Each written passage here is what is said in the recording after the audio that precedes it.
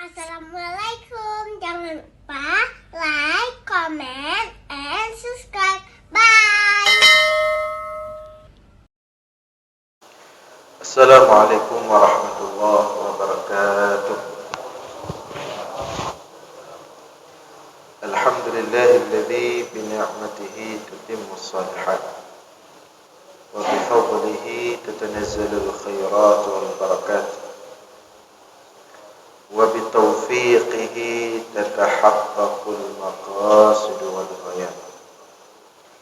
Allahumma salli wa sallim wa barik ala sayyidina wa maulana Muhammad wa ala alihi wa sahbihi ajma'in, amma ba'd. Hadirin jamaah sekalian yang dimuliakan Allah, kembali kita lanjutkan kajian kita sebagaimana biasa, masih tentang penyembelihan.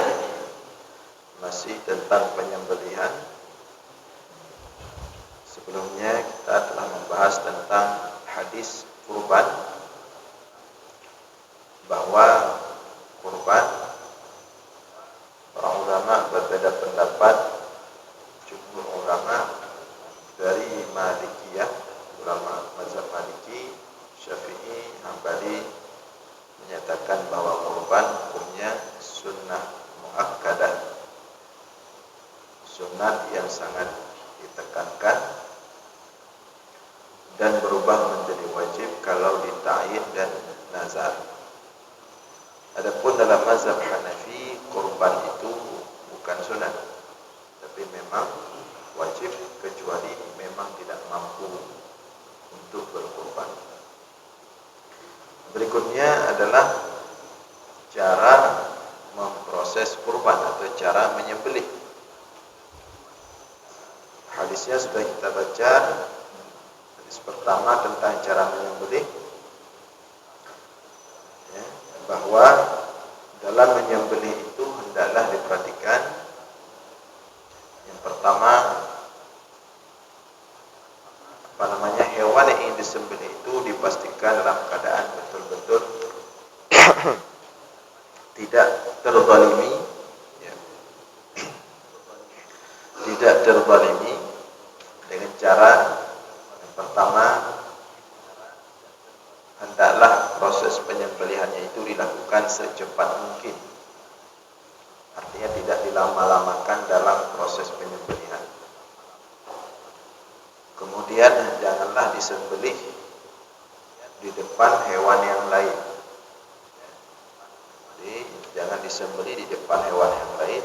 Setiap hewan yang ingin disembelih hendaklah jangan dinampakkan di depan hewan lain yang juga mau disembelih setelahnya.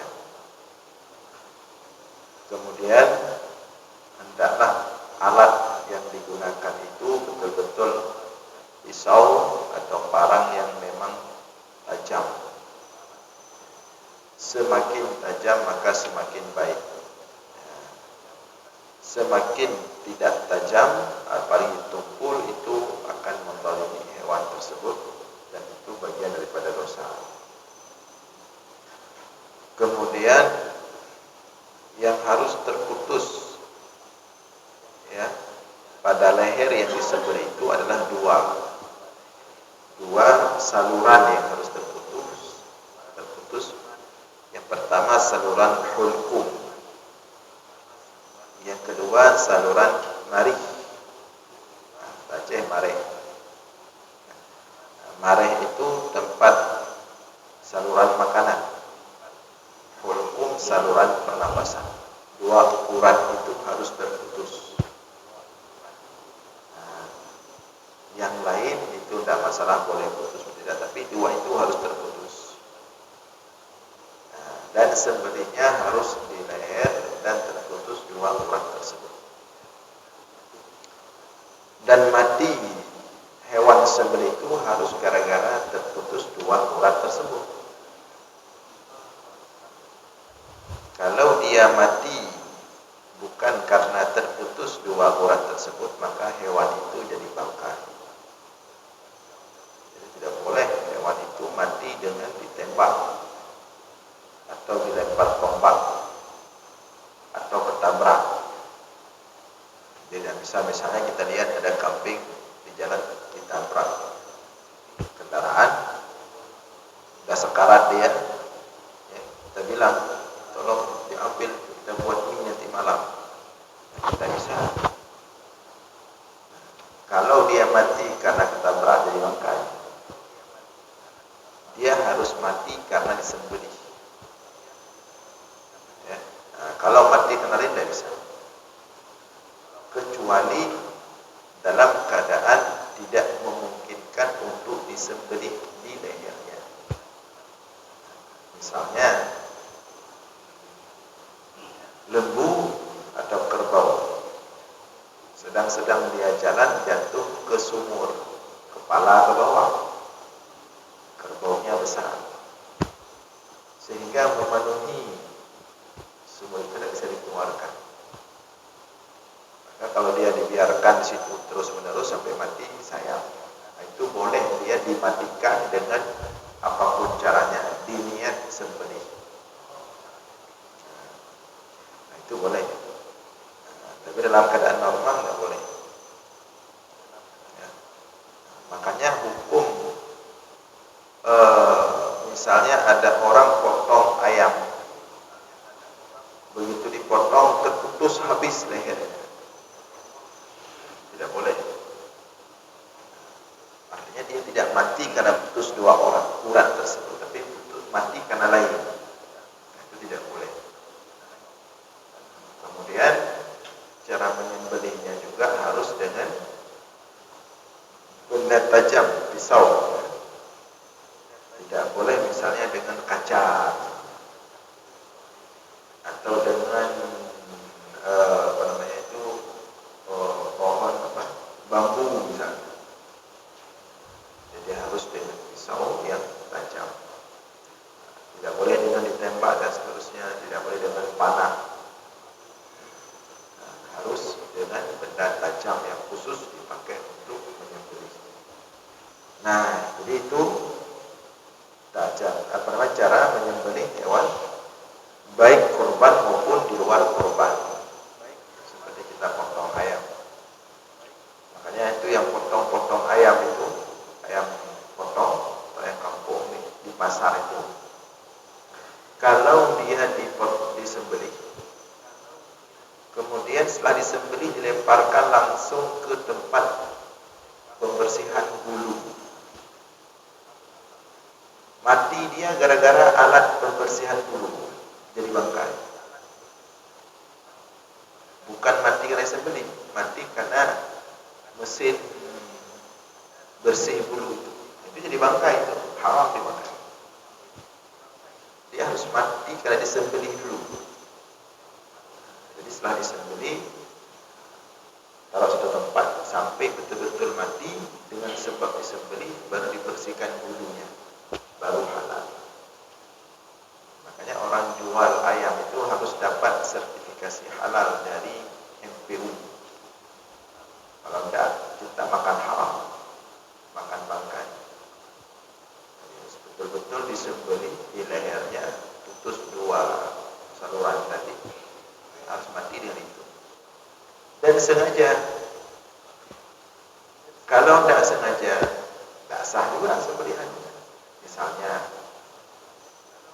orang jual ayam di pasar, sedang dia potong-potong ayam yang lain, jatuh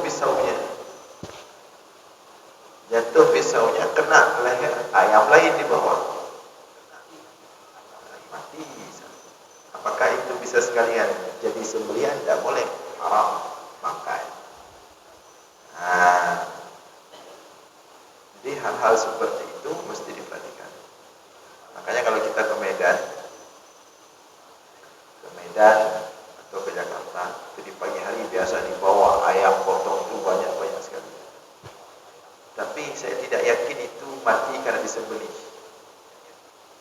Karena kalau kita lihat lehernya itu sedikit cuma dipotongnya, kan? Terbuka itu dikit cuma lehernya. Uratnya di dalam tidak kena. Wallahu a'lam, mati karena apa? Wallahu a'lam. Apakah di apa saya? Ada itu salah satu cara di luar negeri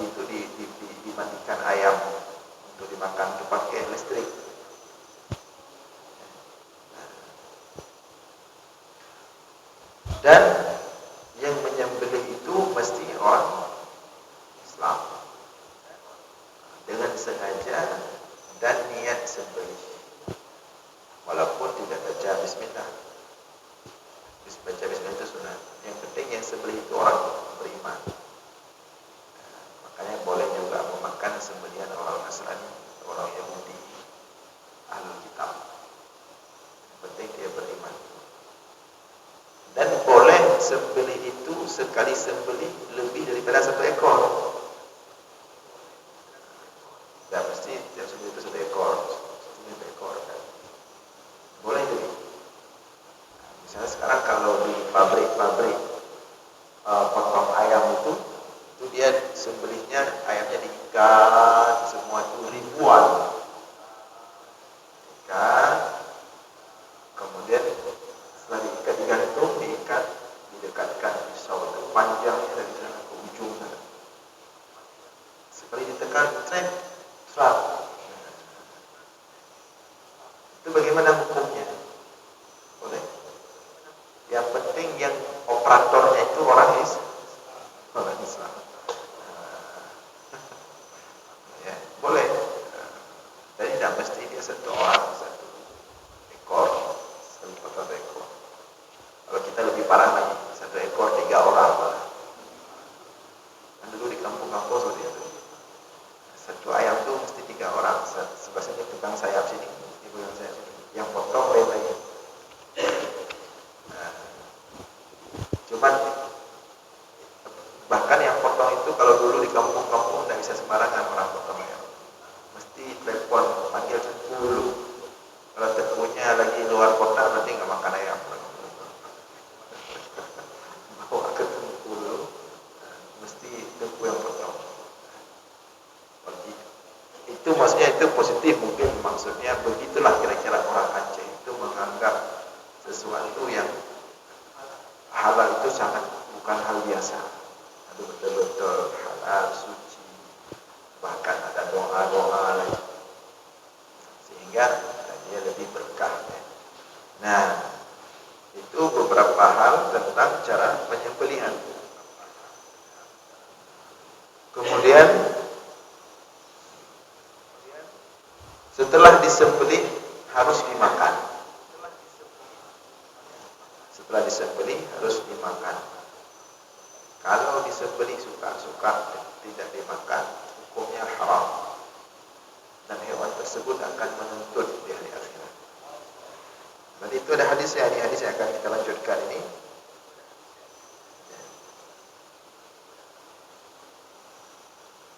Wa an Abdullah bin Amr radhiyallahu anhu anna Rasulullah sallallahu alaihi wasallam qala, dan daripada Abdullah bin Amr, Rasulullah bersabda, "Ma min insanin yaqtulu usquran fama fawqaha bighairi haqqiha illa yas'aluhu Allah 'azza wa jalla anha." Qila ya Rasulullah wa ma haqquha? Qala sallallahu alaihi wasallam ayyadbahaha fayakulaha wa la yaqta'a ra'saha wa yahmi biha. Ma min insanin, tidaklah seorang manusia, yaqtulu usquran, yang membunuh seekor burung, fama fawqaha, atau yang lainnya, mau burung, mau kambing, mau lembu, atau hewan ternak apapun, bighairi haqqiha, tidak dengan haknya, illa yas'aluhu Allah azza wa jalla anha, melainkan Allah akan meminta pertanggungjawaban di hari akhirat terhadap burung atau hewan yang dia bunuh tersebut, tapi dia tidak bunuh sesuai dengan haknya. Qila, ditanya kepada Rasulullah, ya Rasulullah, wa ma haqquha? Wahai Rasulullah, apa haknya? Apa ini maksud dengan haknya? Membunuh dengan hak. Ayyadbahaha fayakulaha, maksud membunuh dan memelihara haknya adalah dia sembelih dan dia makan. Sembelih, makan. Wala yaqta'a ra'saha wa yarmi biha, jangan hanya sembelih kemudian dibuang. Itu haram. Hati-hati orang yang punya hobi tembak-tembak.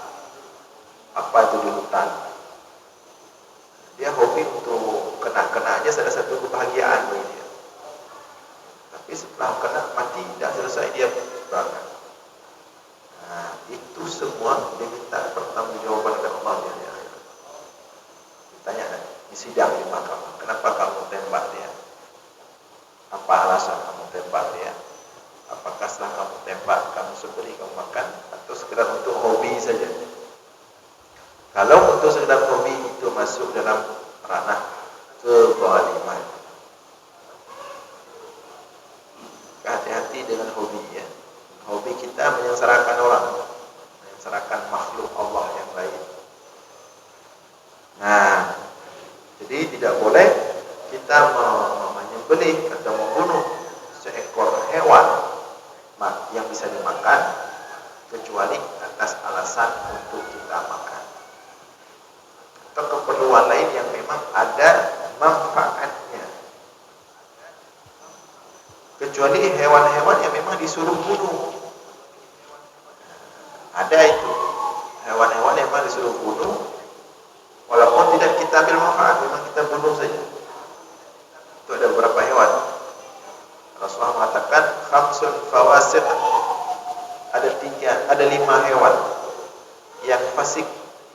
Mana fasik? Yang jahat, suka bikin onar. Maka hewan ini disuruh bunuh. Apa hewan-hewan tersebut? Tikus, pakrah, tikus memang suruh bunuh. Jadi jangan nanti dengan alasan sayang pelihara tikus di rumah. Fawasiq, tikus itu hewan fasik. Hewan fasik itu hewan buat masalah, bawa penyakit, bikin onar, buat keributan di rumah, semua dihancurkan. Dan betul-betul fasik dia. Makin kita marah, makin dia marah. Kan tikus begitu. Misalnya dia masuk lemari, dan kita hantam lemari itu biar untuk dia keluar. Ternyata dia marah balik. Besoknya dia porak-porandakan semua. Ini betul Rasulullah katakan khamsun fawasiq. 5 hewan itu fasik. Tikus fasik, jahat dia. Tadi disuruh bunuh. Kemudian yang disuruh bunuh lain adalah kalajengki, termasuk lipat. Ya. Kemudian disuruh bunuh lain ular. Ular juga disuruh bunuh. Kemudian ada satu lagi apa namanya? Cicak. Cuma tidak tahu cicak yang dimaksudkan di situ apakah cicak jenis apa itu? Pakai apa dah? Apakah pakai maksudnya? Karena kalau cicak kecil-kecil ini kita bunuh, kita harus siapkan satu orang khusus bertugas itu. Karena banyak sekali. Dan beda budaya. Kalau memang di Arab langka cicak. Tapi kita di sini kita sudah bertetangga dengan cicak, itu sudah saling hidup damai. Di rumah-rumah itu pasti banyak dia di malam hari. Masjid ada. Kalau di kampung itu hampir rata-rata menasah itu penuh cicak. Sehingga kotoran cicak itu penuh, banyak. Jadi kalau orang sholat di kampung itu dia kena kotoran cicak, tidak masalah lagi. Mengambil hukum umumul balwa. Umumul balwa itu sudah seperti bala. Memang tidak bisa dihindari. Kalau kita naik menasah itu pasti kena kotoran cicak, yang kering, yang basah.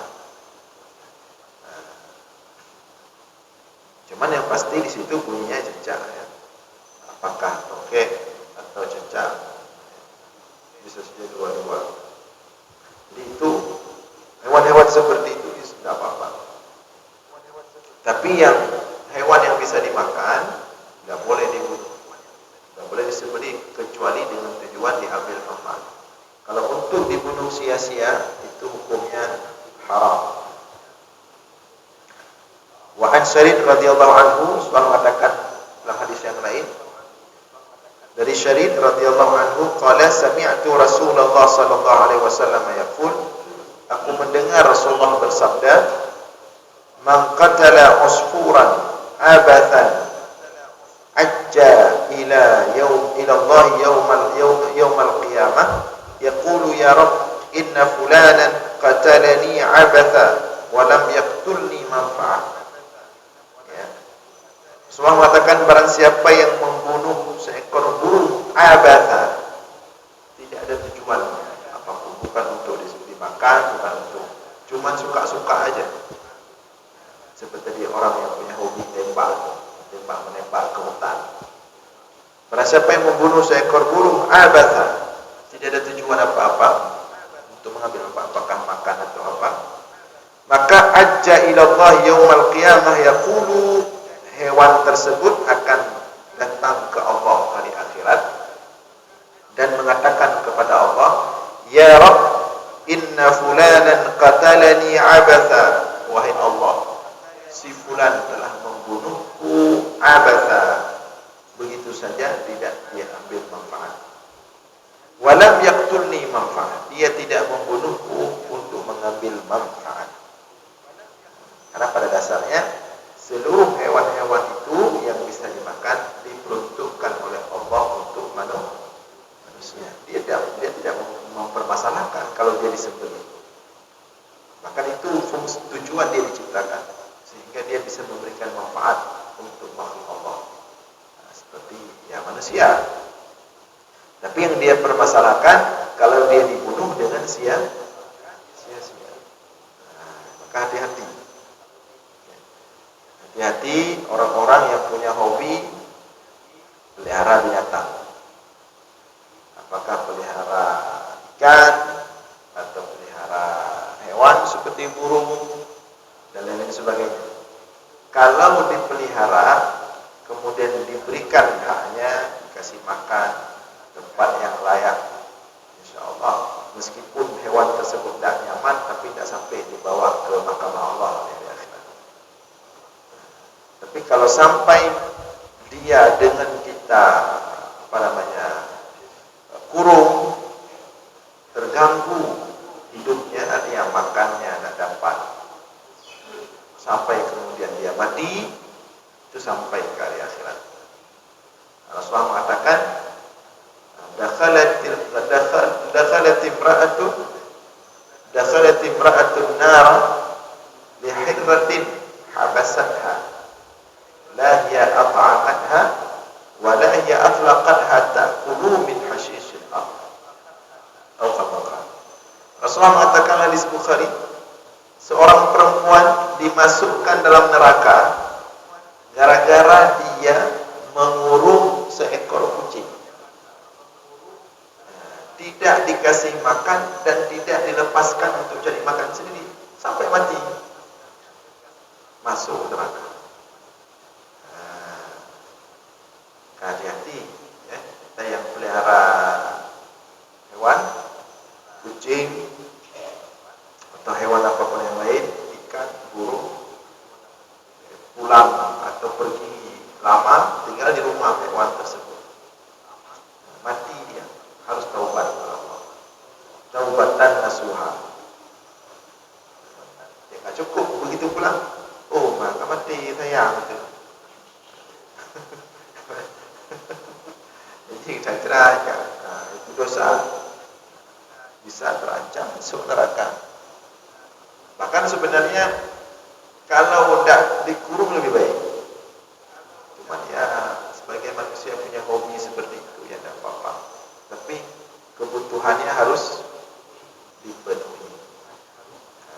Karena dulu Rasulullah juga ada sahabat kecil namanya Umayyah. Umayyah itu dia punya itu icip, punya seekor burung sama dia, selalu dia bawa. Tidak diprotes dari Rasulullah, tidak dimarahi. Bahkan Rasulullah ketika suatu hari bertemu dia di jalan, burung yang sering dia bawa-bawa itu tidak ada lagi, Ditanya oleh Rasulullah, "Ya Umair, ma fa'alan Umair?"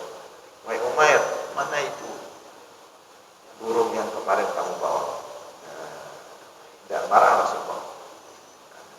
Artinya boleh kalau kita punya hubungan khusus pelihara kucing, misalnya ada orang suka hobi pelihara kucing. Cuma kalau boleh jangan kucingnya Angora saja, kucing kampung pelihara juga. Yang pelihara hewan tertentu tidak silakan. Tidak ada masalah dalam Islam. Atau ikan ditaruh di apa itu? Akuarium, boleh silakan. Tapi dengan syarat hak-haknya harus dipenuhi.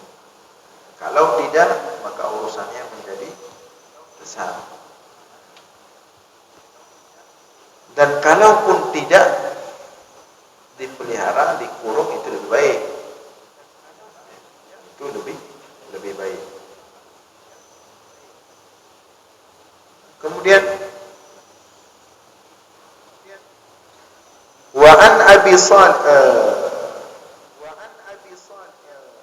an Malik ibn Nadlah radhiyallahu anhu qala ataitu an-nabiy sallallahu alaihi wasallam faqala hal tuntaju ibilu qaumika sihahan fata'midu ila al-Musa fataqta'u adhanaha wa tashqu juludaha wa taqulu hadhihi surmun fatuharrimuha 'alayka wa 'ala ahlik. Qultu na'am.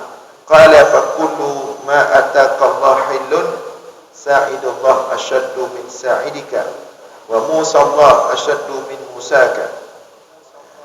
Dari Malik bin Nadlah radhiyallahu anhu, ia berkata, ataitu Nabiy sallallahu alaihi wasallam, suatu hari aku mendatangi Nabi Muhammad sallallahu alaihi wasallam. Faqala, Rasulullah bertanya kepadaku. Kata Malik bin Nadlah, kata Rasulullah, ya, apakah engkau yang mendapatkan untamu itu selalu bermasalah, teriak besar-besar, maka kemudian engkau ambil pisau, engkau potong telinganya, dan engkau kupas kulitnya hidup-hidup, wa taqulu, dan engkau mengatakan hadhihi surmun, ini hukuman untuk unta ini, fatuharrimu 'alaika wa 'ala ahlik, sehingga engkau tidak bisa makan dan keluargamu pun tidak bisa makan. Mungkin dia marah, ontanya ini bertingkah, jadi ontanya ini bertingkah, teriak besar-besar, entah kenapa, tidak sanggup dia kendalikan, marah dia, ambil pisau, karena teriaknya besar-besar kali, sakit kuping dia, kepala dia, marah dia ambil pisau, dipotong kuping onta itu, dipotong kupingnya, kemudian dibengihkan, dikupas kulitnya hidup-hidup sehingga mati. Dia tidak bisa makan, keluarganya pun tidak bisa. Gawat emosi sebagian orang itu memang parah-parah. Ngen binatang je kelawan. Marah dia. Nah, informasi itu sampai ke Rasulullah. Maka ditanya sama Rasulullah, apakah kamu yang melakukan itu? Qultu na'am. Kata Malik bin Nadlah, iya wahai Rasulullah. Qala Rasulullah mengatakan kepada Malik bin Nadlah, fa kullu ma ataka Allah hillun. Setiap yang Allah sudah berikan kepadamu itu adalah halal. Kenapa engkau buat haram? Karena enggak disembelih, jadi haram. Sa'idullah asyaddu min sa'idika wa Musa Allah asyaddu min Musaka. Rasulullah mengatakan kepada Malik bin Nadlah, hati-hati, Sa'idullah asyaddu min sa'idika. Lengan Allah lebih kuat untuk menyiksamu daripada lenganmu menyiksa hewan. Wa Musa Allah asyaddu min Musaka, dan pisau Allah lebih tajam untuk mengupas kulitmu dan memotong telingamu daripada pisaumu yang engkau pakai untuk memotong telinga telinga onta dan mengupas kulit onta. Jadi Allah tidak suka orang main-main dengan makhluk Allah, dengan hewan. Kalau memang pelihara, tunaikan haknya. Kalau enggak pelihara, usir dia biar cari makan tempat lain. Jangan siksa dia. Nah, ini juga biasanya ini yang sering kena kalau kita ini kucing biasanya. Yang jadi korban. Lempar dengan sapu, lempar dengan apa. Ya, ada kucing sampai cacat kakinya itu. Jangan dia dianggap remeh. Makanya tadi dalam hadis dikatakan usfur. Usfur itu seekor burung kecil. Oke, kalau kita miri dulu putih ulen kecil, tapi dia akan datang nanti di hari akhirat mempermasalahkan di hadapan Allah. Kucing lebih besar dari dia, hewan lain dan seterusnya. Ini juga harus sampaikan ke ibu-ibu di rumahnya, jangan siram pakai air panas, lempar pakai awul gitu, awul baru awul kuah panas ya. Lempar kucing kena di kepalanya. Dan berbagai macam tindakan-tindakan kita lain terhadap sesama makhluk Allah yang kita pandang itu ringan, padahal itu adalah masalah besar yang tidak mudah untuk kita selesaikan di hari akhirat nanti. Nah, jadi ini sudah selesai masalah kurban dan cara menyembelih kurban, termasuk cara menyembelih hewan baik dalam untuk kurban maupun selain kurban. Ini berikutnya kita masuk pada bab tentang haji dan umrah. Baca dua hadis sudah sedikit lagi. An Abi Hurairah radhiyallahu anhu qala su'ila Rasulullah sallallahu alaihi wasallam ayyul amal afdal. Dari Abu Hurairah radhiyallahu anhu ditanyakan Rasulullah SAW, ayyul amal afdal, apa amalan paling utama dalam Islam? Qala, amalan paling utama adalah imanun billahi wa rasulih, beriman kepada Allah dan Rasulnya. Qila thumma madza, kemudian ditanyakan lagi, apa setelah itu? Qala al-jihadu fi sabilillah, kemudian amalan berikutnya adalah jihad di jalan Allah. Qila, ditanyakan lagi, thumma madza, kemudian apa amalan yang paling utama? Qala hajjun mabrur, haji yang mabrur. Ini haji yang mabrur ini lagi mau musim bersejuk haji. Kalau orang yang akan berangkat haji ini biasanya akan dipersejuk mulai bulan inilah akan mulai dipersejuk, karena mulai akhir bulan kalau nggak salah nanti sudah mulai.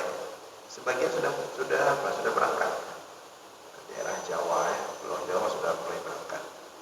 Nah, ini yang mau berangkat haji sunat untuk buat walimatus safar.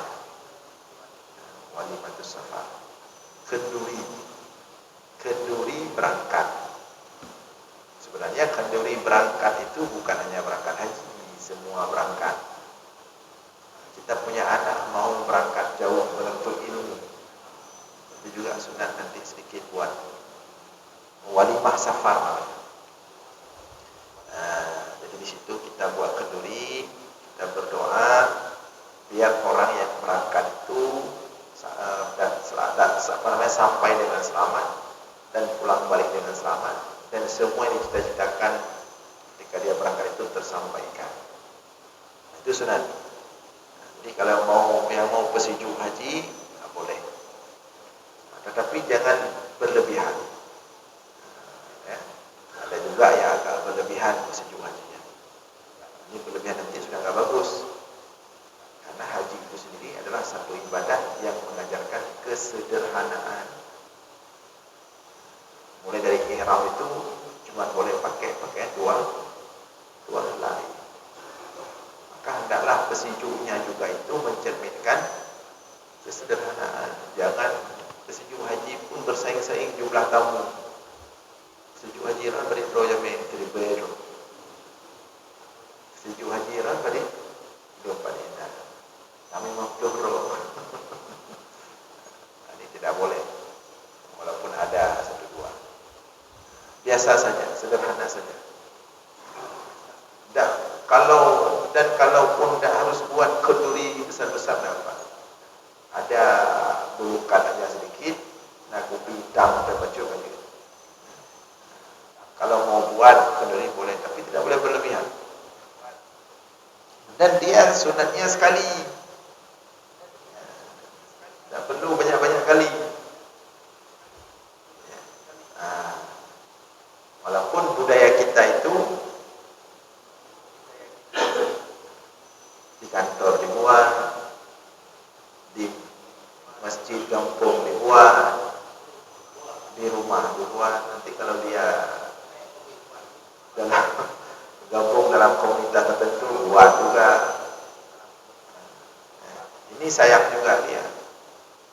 Kecuali misalnya orang lain yang buat, orang itu yang store kendurinya. Ini di telepon sama kampung, yo kena pegang kauri pesejuk haji. Draw dia haji. Nah, dia pegang kauri, store baju dia pegang kauri. Di telepon kantor yang membuat kenduri, store baju pegang kenduri. Nama putpat pegang kenduri. Nanti di rumah dia buat kenduri lagi.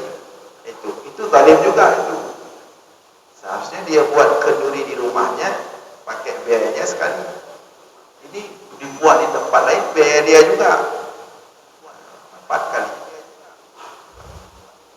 Itu tidak sehat juga. Maka itu hendaklah diperhatikan. Maunya kalau kantor yang buat berarti biaya kantor. Kalau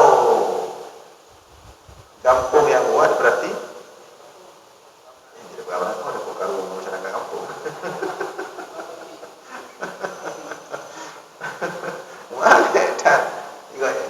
Kalau orang ini kan kita melihat kemaslahatan umum. Kalau okey ada satu dua yang memang Allah berikan dia kelebihan, ada itu 4 kauli PE. Kalau orang yang hajinya dia kumpul uang puluhan tahun,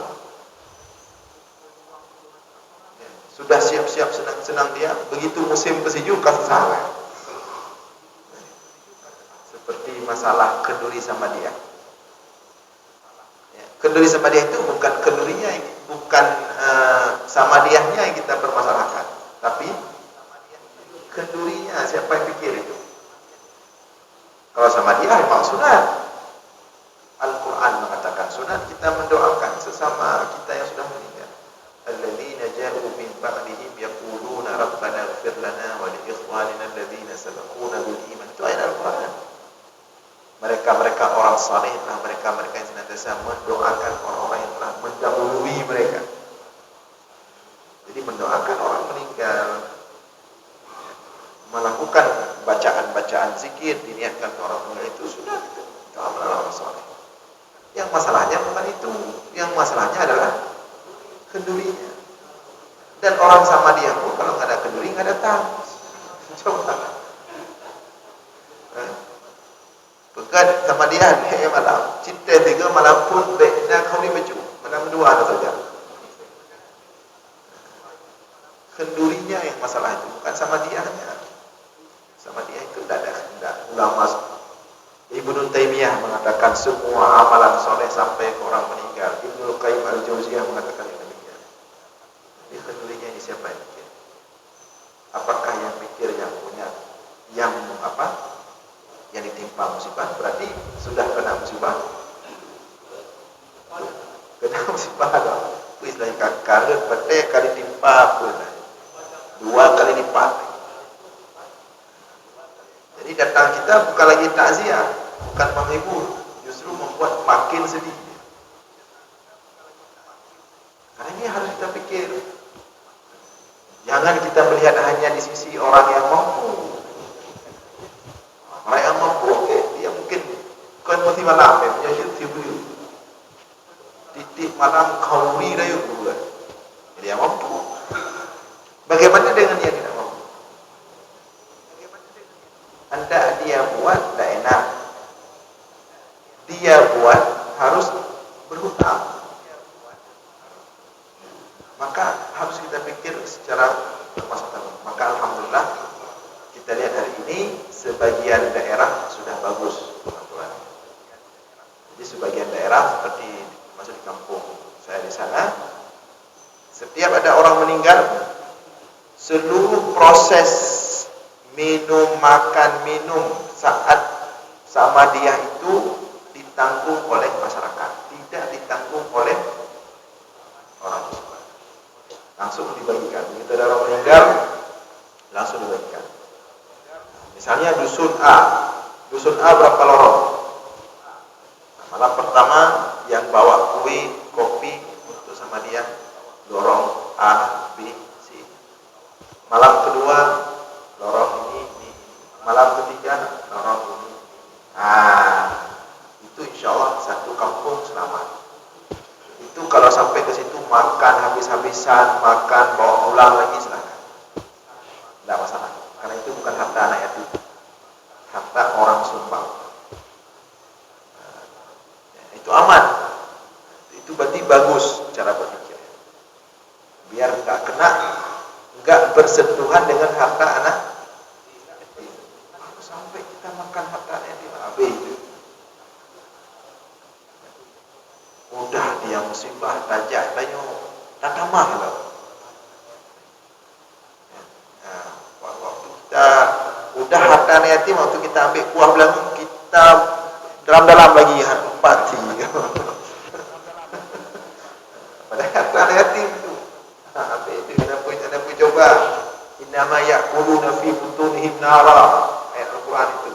Orang yang memakan harta anak yatim sama seperti memasukkan api dalam perutnya. Ini dah masalah harta anak yatim.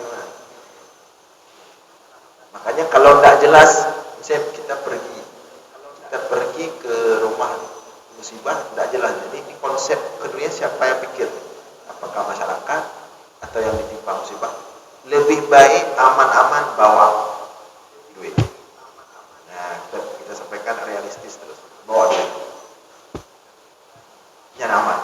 Artinya kita enggak makan gratis katanya. Bawa. Dan yang dibawa pun harus sesuai. Jangan kalau kita taruh di piring, kita hitung porsi telur rebus, uang belanga. Ini menyertai itu katakanlah 30.000. Ya kita kasih 10.000 sama aja. Ini kenapa kita detailkan? Karena ini perlu berkaitan dengan harta anak yatim. Tak sentuh harta yatim. Karena Rasulullah begitu datang berita meninggal keluarga Ja'far, Rasulullah langsung perintahkan kepada Fatimah, wahai Fatimah, siapkan makanan. Sesungguhnya keluarga Ja'far sedang berduka. Mereka tidak sempat pikir makan, mereka sedang sedih. Bawa makan, kita bawa makan ke orang tua. Ajak katanya, tamai dan tepu, terus kena tayar antri, cok bering baju. Kan jauh sekali itu. Ya. Maka kalau yang sudah menerapkan seperti itu, alhamdulillah. Kalau yang belum, untuk dibudayakan. Minta cara jangan tersentuh. Karena banyak kita temukan orang-orang yang ditimpa musibah, khususnya yang menengah ke bawah secara ekonomi, rata-rata setelah 10 hari meninggal, musibah meninggal itu tedeng hutang bak kedai. Yang seorang mulia tedeng hutang di pasar, di tempat ikan, tedeng hutang di toko kelontong. Apalagi, jadi seharusnya dia itu semakin ramai yang datang bersama dia, semakin senang seharusnya. Alhamdulillah ayah saya meninggal, banyak kali orang datang bawa doa. Tapi ini kebalikan, makin ramai makin susah dia.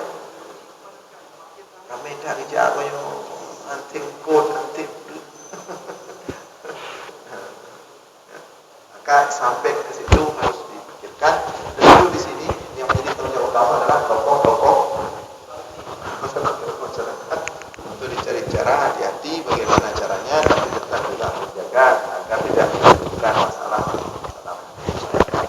bijak-bijak lah bagaimana diatur sebijak-bijaknya dengan kedua aman baik hukum berjalan masyarakat. Insyaallah kita lanjutkan malam Sabtu depan. Aqulu qouli hadza wa astaghfirullah li wa lakum. Wassalamualaikum warahmatullahi wabarakatuh.